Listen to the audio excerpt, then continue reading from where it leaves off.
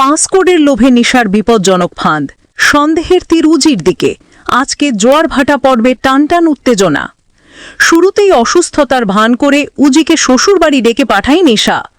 ঋষিও সেখানে হাজির হয়, আর তাড়াহুড়োতে ভানুকে পালাতে বলে সে। খাওয়ার টেবিলে দুটো প্লেট দেখে ঋষির সন্দেহ হয় বাড়িতে নিশা ছাড়াও আরও কেউ আছে। ঋষি কাজে যাওয়ার আগে উজিকে জড়িয়ে ধরে, যা কিছুতেই মেনে নিতে পারে না নিশা। নিশা উজিকে দেখায় ঋষির ডিজিটাল লকার। দাবি করে ঋষি সবাইকে ঠকিয়ে সম্পত্তি জমিয়েছে। লকার হ্যাক করতে 3টি পাসকোড দরকার। উজি রাজি না হলে ছুরি তুলে আত্মহত্যার নাটক করে নিশা। শেষমেশ দিদির অবস্থা দেখে রাজি হয় উজি। ঋষির বাড়িতে ঢুকতেই পুলিশে জিজ্ঞাসাবাদ।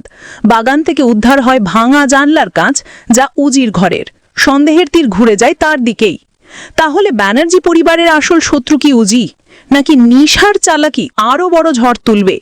আজকের জোয়ার ভাটা পর্বে মিলবে উত্তর।